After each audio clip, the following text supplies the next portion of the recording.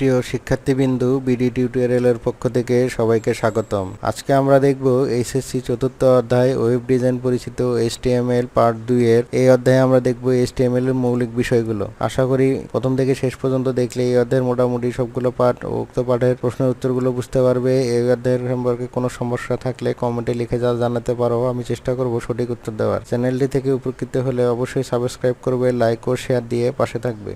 HTML এর মৌলিক বিষয়সমূহ। হাইপারটেক্সট মার্কআপ ল্যাঙ্গুয়েজের সংক্ষিপ্ত রূপ হচ্ছে HTML, যা ওয়ার্ল্ড ওয়াইড ওয়েব www ব্রাউজারে তথ্য প্রদর্শন বা ওয়েব পেজে তথ্য উপস্থাপন ও ফরম্যাট করতে প্রোগ্রামারগণ ব্যবহার করে থাকেন।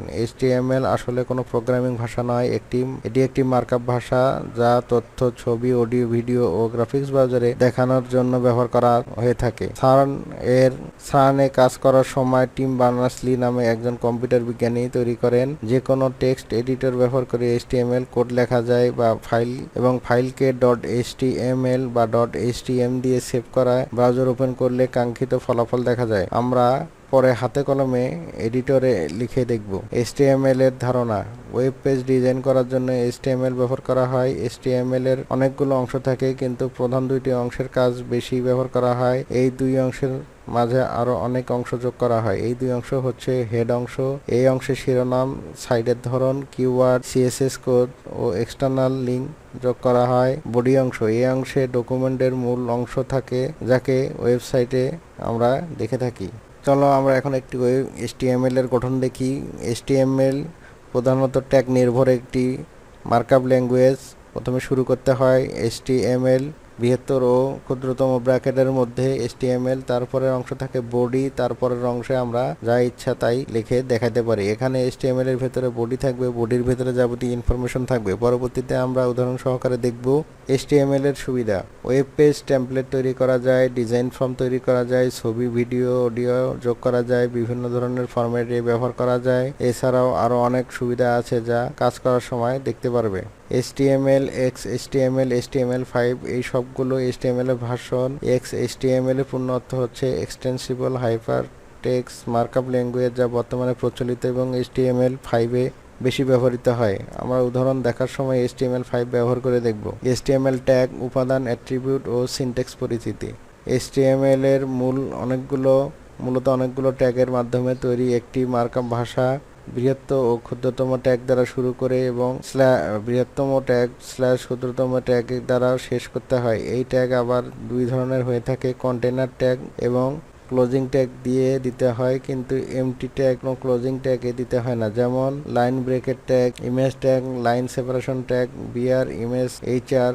শেষে ক্লোজিং ট্যাগের প্রয়োজন হয় না। HTML এর উপাদান। ওপেনিং ও ক্লোজিং ট্যাগের মাঝখানে যা লেখা হয় তাই HTML এর উপাদান, যেমন P, this is paragraph tag, close P, BR। HTML attribute. HTML এর উপাদানের অ্যাট্রিবিউট থাকতে পারে। অ্যাট্রিবিউট হলো উপাদানের অধিকতর বর্ণনা, যেমন কোনো উপাদানের রং কেমন হবে, টেক্সট কেমন হবে, ফরম্যাট কেমন হবে ইত্যাদি লেখা যায়। যেমন এখানে P স্টাইল, কালার, গ্রিন, এবং এখানে প্যারাগ্রাফ ট্যাগের একটি ক্লোজিং ট্যাগ দেওয়া হয়েছে।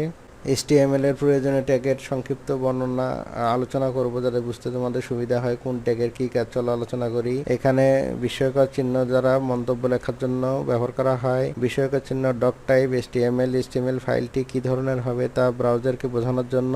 HTML এবং ক্লোজিং HTML ফাইলকে বোঝানোর জন্য। হেড। HTML এর হেড অংশ এই ট্যাগে থাকে।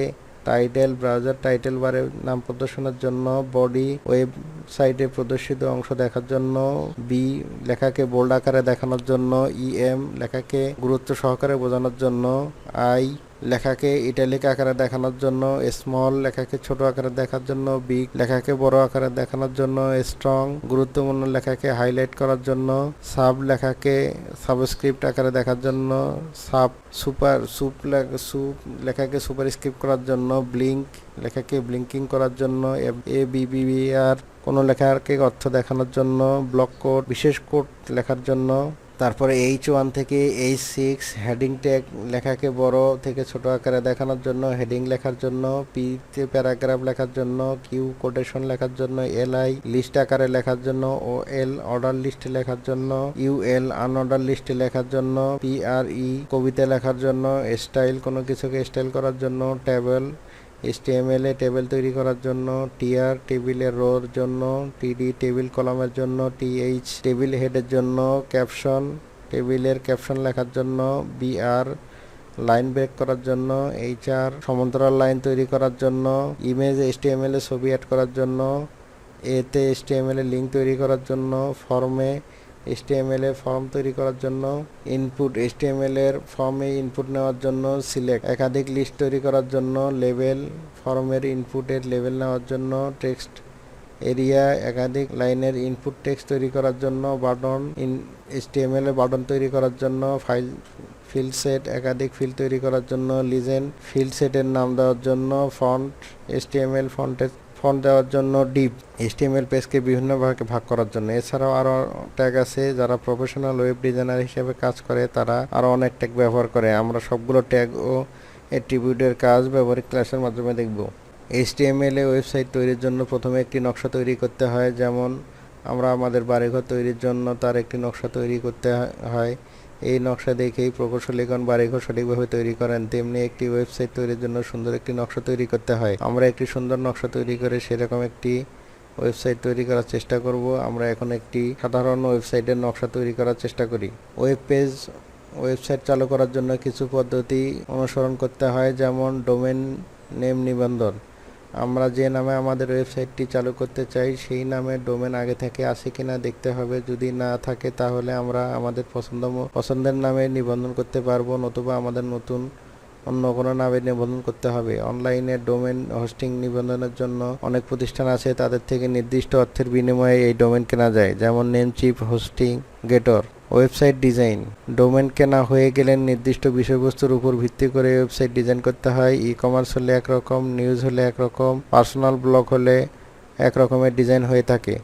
হোস্টিং ওয়েবসাইট ডিজাইন হয়ে গেলে তার নির্দিষ্ট সার্ভারে হোস্টিং করতে হয়। এই হোস্টিংও অর্থের বিনিময়ে কিনতে হয়। হোস্টিং সাধারণত সাইজের উপর অর্থ দিতে হয়, যা গিগাবাইট হিসেবে ধরা হয়। ওয়েবসাইটের আকার অনুযায়ী জায়গা কিনতে হয়। বর্তমানে ক্লাউড কম্পিউটিংয়ে নির্দিষ্ট জায়গা কেনার প্রয়োজন হয় না, যতটুকু ব্যবহার করা হবে ঠিক ততটুকুই অর্থ দিলেই হয়।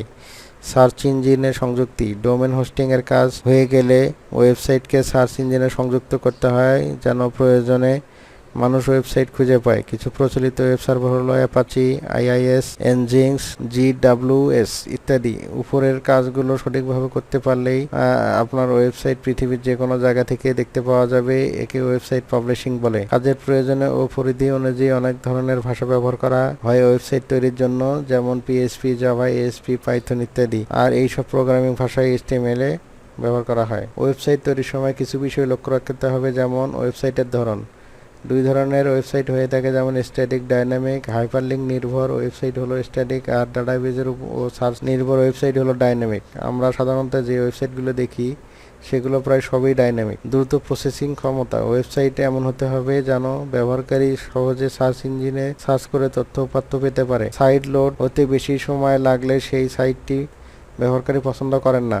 ওয়েবসাইট আপডেট ওয়েবসাইটকে নিয়মিত আপডেট করতে হয়, নতুবা সার্চ ইঞ্জিন থেকে পিছনে পড়ে যাবে। ব্যবহারকারী বান্ধব ওয়েবসাইট ব্যবহারকারী বান্ধব ও সুন্দর দেখতে হতে হবে যেন ব্যবহারকারী আকৃষ্ট হয়। ব্লগ শব্দটি ব্লগ শব্দ থেকে এসেছে। 1997 সালে 17 মার্চ জন বার্জার প্রথম এই শব্দটি ব্যবহার করেন। 1999 সালে পিটার মহলজ ব্লগ ভেঙে ব্লগ আলাদা দুইটি শব্দ করেন।